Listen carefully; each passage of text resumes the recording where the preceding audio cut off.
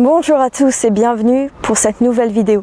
Je vous retrouve ce matin au Parc des Comtades à Strasbourg pour cette deuxième vidéo du défi, à savoir une vidéo par jour pendant 14 jours. Aujourd'hui, je voudrais parler avec vous de comment commencer. Hier, j'ai fait une vidéo sur les deux profils, sur les cosméteurs, cosméteuses et sur les acheteurs, acheteuses intelligents. Si vous ne l'avez pas vue, elle ne dure que 5 minutes, vous pouvez la voir en suivant ce lien.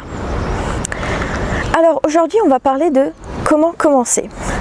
Il faut savoir que même si les deux profils sont différents, leur formation commence par un tronc commun. Je m'explique. Ce tronc commun, c'est les besoins.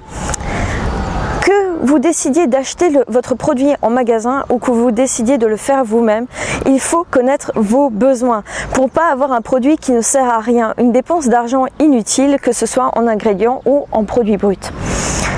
Pour ça, il faut connaître mieux votre type de peau et votre type de cheveux.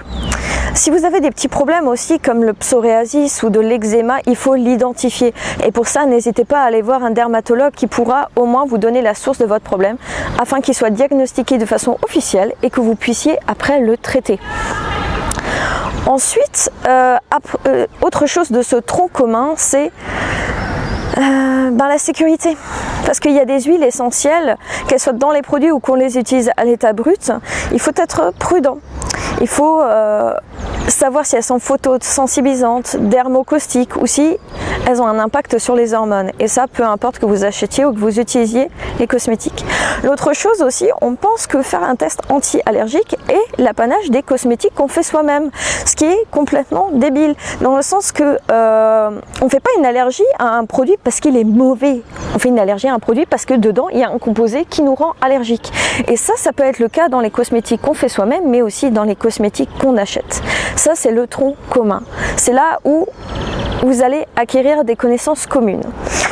Après, on va apprendre des choses un peu différentes. Pour les acheteuses, acheteurs intelligents, ça va être tout ce qui concerne les labels, mais aussi et surtout la composition cosmétique. Et pour ça, je veux vous conseiller un livre que moi, je trouve génial et qui m'a beaucoup aidé. Et c'est le guide visuel de Julien Québec. Je vous mets un lien ici vers ma page où je vais en parler. Et franchement, je vous invite à le prendre parce que c'est vraiment un très bon livre qui va vous donner justement les ingrédients qui font polémique, les noms latins de ces ingrédients, mais aussi les façons que les commerciaux ont de faire du greenwashing. Alors qu'est-ce que c'est le greenwashing? Greenwashing, c'est faire croire aux personnes que c'est du naturel alors qu'en fait non. Et ça passe par plein de superfuges diverses comme l'utilisation de la couleur verte, mettre par exemple bio dans le nom du produit pour faire croire que c'est bio alors qu'il n'y a aucun label pour confirmer ça. Enfin, je vous laisse vraiment découvrir ça. Je pense que ça, c'est vraiment l'apanage de l'acheteur intelligent. C'est trouver une marque qui vous correspond et qui vous fait confiance. Et comme je vous l'ai dit dans l'autre vidéo, l'acheteur ou l'acheteuse intelligente donne son argent de façon concrète pour améliorer le système qui l'entoure. Elle nous change ou il nous change un peu la vie. Donc ça, c'est vraiment leur rôle. Maintenant, pour ce qui est des cosméteurs, cosméteuses. Alors, je vais parler du site Aromazone qui est très connu. Je trouve que la qualité n'est pas toujours top, mais par contre, il y a quelque chose qu'il faut leur laisser, c'est leur site est génialissime.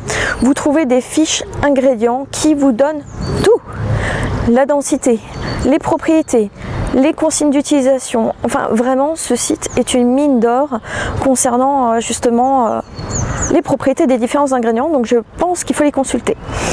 Ensuite, il faut savoir qu'en cosmétique maison, il y a plusieurs écoles. On pourrait même parler de religion, tellement ça diffère. Alors, il y a ceux qui font une utilisation de matière brute. Alors la matière brute, pourquoi? Parce que on n'est pas forcé de faire une crème. On peut utiliser les matières brutes et ce serait même mieux concernant l'environnement. Et puis c'est un gain de temps et ça fait des produits beaucoup plus nudes, beaucoup plus naturels, parfois qui ne nécessitent pas de conservateur ou de parfum. Du coup, quelque chose de vraiment respectueux de la peau. Alors ça, c'est une chose. Il y a donc le fait de faire ces cosmétiques naturels, mais avec quel ingrédient? Est-ce qu'on va aller sur du bio, qui est une école?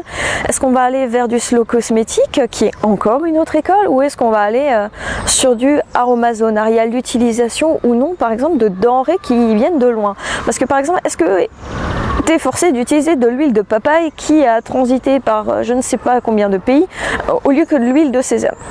Ce genre de problématique. Il faut savoir qu'il y a aussi des aspects éthiques. Par exemple, le cacao. Le cacao, c'est très connu, c'est un super anti-rides. Par contre, généralement, le cacao, comme je l'ai mis dans ma vidéo, quoique sur le cacao, vous pouvez cliquer ici si vous ne l'avez pas vu, c'est très intéressant. Comme je l'ai mis dans cette vidéo, le cacao favorise la déforestation. Donc, il va falloir choisir. Pourquoi vous faites de la cosmétisme? Est-ce que c'est juste pour avoir quelque chose d'adapté à vos besoins? Est-ce que c'est aussi pour une cause écologique? Est-ce que c'est pour une cause humaine? Est-ce que c'est pour faire un espèce de bricolage? Ah, franchement, si c'est ça, d'après moi, c'est vraiment pas une bonne raison, parce que c'est loin d'être un bricolage, hein. C'est toute une culture d'après moi. Et je pense qu'à le prendre juste pour un bricolage, ça peut mener aux accidents. Alors attention ceux qui sont dans cette catégorie-là. Donc récapitulons rapidement. Une connaissance de ses besoins et des règles d'hygiène. Savoir lire les étiquettes et connaître justement les partenaires chez qui on va acheter. Et pour les cosméteurs, cosméteuses, choisir une religion, une façon d'aborder la cosmétique et choisir nos fournisseurs.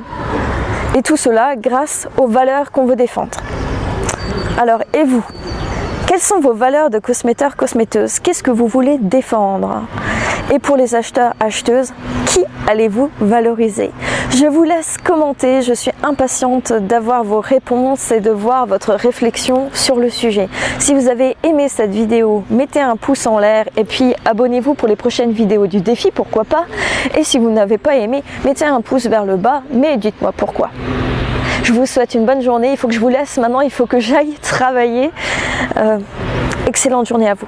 Au revoir.